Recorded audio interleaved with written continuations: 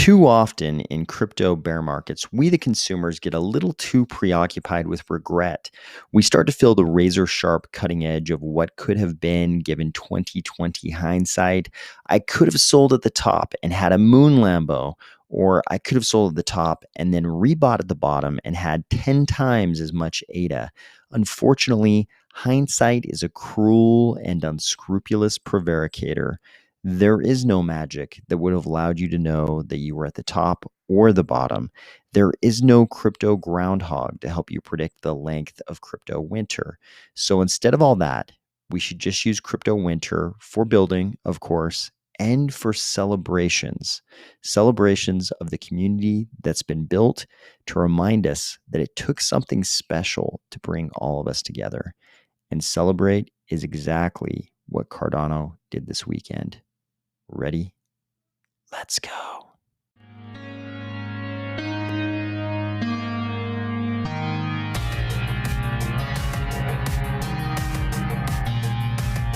Today, we're going to discuss CNFTCON, Jamie Dimon's latest prediction, the new Just the Metrics from Laura and Suraj, a questionable Nobel Prize, and more of the Indigo kickstart. If you look at this image and all you can think is, what makes pink smoke? Nothing makes pink smoke. This party is a lie.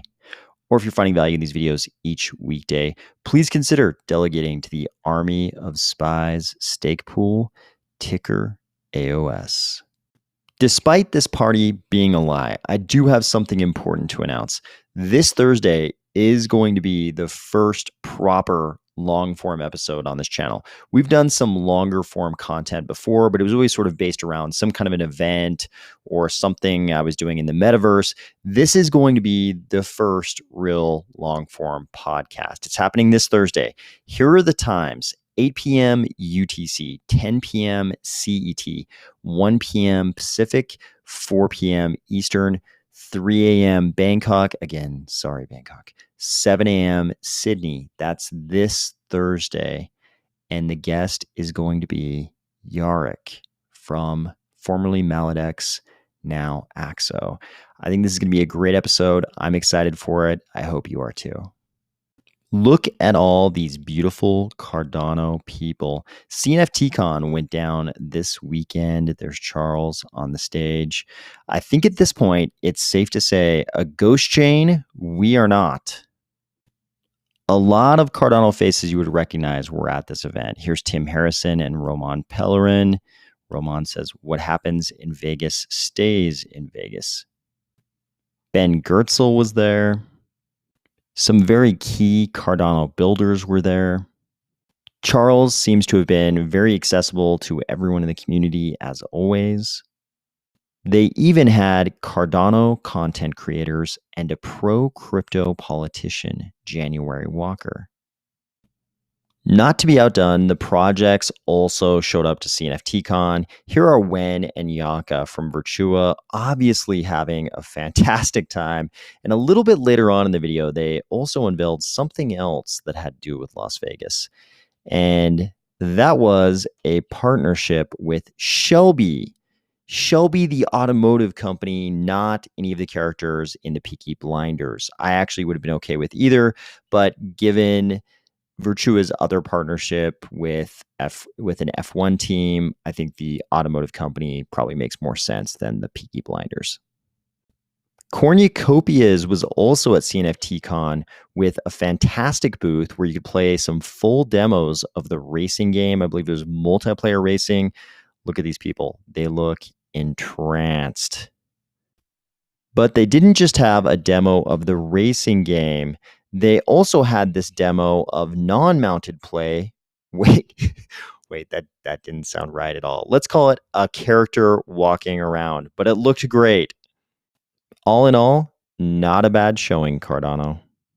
We also heard from Indigo recently. They dropped this demo of their web app, and they also started phase 2 of their DAO kickstart. This was the temperature check for the adoption of the Indigo Foundation. Following the link to their governance forums, we find this. They wrote, why a foundation? The team building the Indigo protocol is committed to it existing as a fully decentralized financial system from the start, and part of that is the creation of a foundation. The Indigo Foundation was formed on September 22nd, 2022 in the Cayman Islands. And here they've got their certificate of incorporation as an exempted limited guarantee foundation company incorporated in the Cayman Islands. This is an interesting example of transparency that I love. So they take you all the way through their selection of the Cayman Islands, and then they explain why not a U.S. Jurisdiction like Wyoming, for instance, or a Swiss entity. And they tell you exactly why they chose against those possible solutions as well. They say setting up a foundation entity is an increasingly common way for addressing the limitations of a DAO, in that the foundation provides an extremely flexible framework that supports off-chain functions necessary for executing a DAO's governance protocols. Simply put, most DAOs are not a legal entity or unincorporated association, but rather a non-jurisdictional and always fluctuating group of unknown and uncoordinated participants represented by wallets who have no role or rights other than to vote on-chain proposals. A foundation type entity is needed to implement the DAO's past governance proposals and otherwise engage with the off-chain world. The Indigo Foundation may engage with governmental authorities, contract with vendors, and educate the community about Indigo, all as directed by the DAO. Why not a US or Swiss entity? Foundations are often formed in non-US jurisdictions. The laws of the Cayman are particularly well developed for foundations and for Web3 businesses. While it has recently become possible in Wyoming and a few other US states to form a DAO legal entity, those structures are new and untested, and the way that the DAO must be organized requires more involvement of participants than a true DAO. We followed the advice of legal counsel in selecting the Caymans. A Swiss foundation in Zug was also considered, but in the end, the Caymans was preferred as less complex. So they didn't really like the way DAOs have to operate. Wyoming has the DAO as LLC type structure, and it's interesting. I think it's interesting, and I love the transparency here when they say the way that the DAO must be organized in Wyoming requires more involvements of participants than a true DAO, which I think is probably true, having looked at the Wyoming DAO as LLC structure. And this next part also seems to be true given what we know about Swiss foundations in the Zug Valley. A Swiss foundation in Zug was also considered, but in the end, the Caymans was preferred as less complex. It does indeed seem a little bit complex to have a Swiss foundation. I know I just said Zug Valley. The area is actually called Crypto Valley. I have no idea if Zug itself is actually in a valley. Depending on your inclination, you may be dismayed, elated, or unaffected by the following news. JP Morgan's Jamie Dimon says, "This is serious," and he warns the US is likely to tip into a recession in 6 to 9 months. You'll remember Jamie Dimon is the same fellow who has relentlessly said bad things about crypto for a very long time, at the same time as JP Morgan was obviously involved in a lot of blockchain related things. So JP Morgan Chase CEO Jamie Dimon said the US economy was actually still doing well at present. He's hedging a little bit here. It's actually still doing well at present, and consumers are likely to be in better shape compared to the 2008 global financial crisis when the world does tip into this likely recession. And I love this next sentence. But you can't talk about the economy without talking about stuff in the future, and this is serious stuff.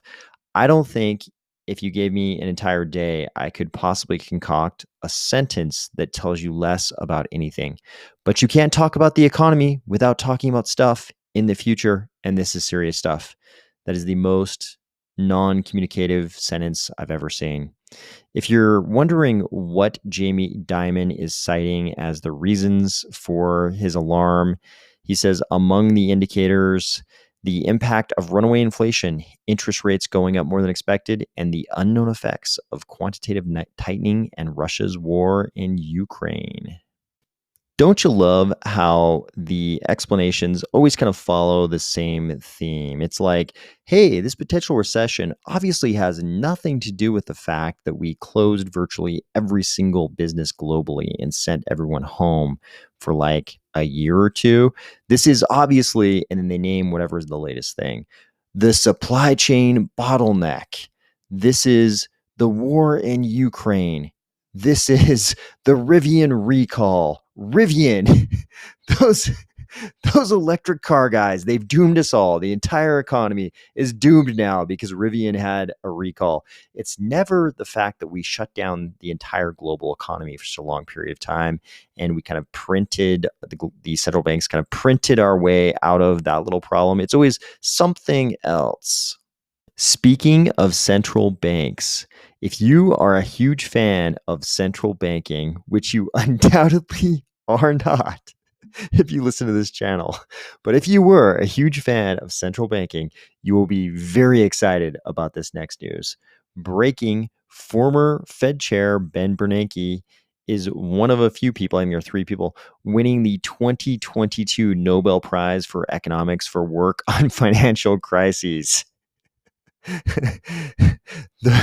And it's for exactly the thing that caused the invention and launch of crypto. Bernanke introduced quantitative easing and bailed out banks in 2008. There you go. We've come full circle. After over a decade of crypto, which was formed as a reaction to all these things going on, Ben Bernanke is actually winning a Nobel Prize for his introduction of quantitative easing and bank bailouts. I think Charles's reaction to this probably speaks for a lot of us. It's like the Nobel Prize has converged to an anti-prize. It's literally a parody of an award. Charles was also recently on a podcast where he was asked about the SEC, and referenced in the question were things like the Ripple SEC litigation and the recent announcement about Kim Kardashian. She got fined as part of some securities activities. And Charles's response, I thought, was spot on. He said, hey, look, everybody's very focused on this idea that there was some kind of collusion or corruption between the SEC and Ethereum, but really that's not the big thing. The big thing is that the laws and policies we have in place leave these regulatory agencies like the SEC and the CFTC ill-equipped to regulate crypto. And we end up with these things that, at least in the case of the SEC specifically, amount to regulation by enforcement. That's not what we want to see. Regulation by enforcement is sort of the reactionary tendency to accomplish regulation just by going after companies after they've already made a mistake. And it has these connotations of the companies not really getting the direction from the regulator before they go about their activities. In crypto, this is definitely the case. It's very difficult for crypto companies to guess what's actually legal and what's not, because we don't get any direction whatsoever from the regulators. The SEC and the CFTC don't come out and tell us, hey, this is what you should do if you're this type of crypto company. This is what you should do if you're this type of crypto company. Don't do this. The SEC just kind of comes in after the fact, picks out the cases they want to go after, and they go after those cases. And in some cases, the companies turn around and they're like, hey, we understand you're trying to enforce your regulations against us, but nobody seems to understand the regulations. This is regulation by enforcement. This is the opposite of what you want. What you want is a regulator who is engaged with the community, with the industry they're regulating. You want them out there educating the industry about what's okay and what's not, what's going to result in these enforcement actions. You don't want companies shocked when they find themselves the subject of an enforcement action. Of course, Charles said this, and a bunch of people completely freaked out, and the only thing they focused on was Charles is disputing whether or not there was SEC corruption with, involving collusion with Ethereum. I don't think that was really his point. I think his point was, hey, that's not the big thing. The big thing we should focus on is the fact the SEC and CFTC are just ill-equipped to regulate us. Finally, if you've ever been curious about how IOTA compares to Cardano, Laura and Suraj to the rescue. Suraj says, IOTA is fundamentally different from blockchains like Cardano, but what is IOTA? What is IOTA 2.0 upgrade? Can we assess IOTA with the blockchain trilemma framework? We answer all of these in this week's newsletter, Just the Metrics. I love these. Even if I wasn't too concerned about the differences between IOTA and Cardano, when I see posts like this, I love the way they approach these comparisons so much that I'm going to go in there and take a look at it, even if I haven't thought about IOTA in years. I hope everybody's having a great week, and I'll talk to you tomorrow.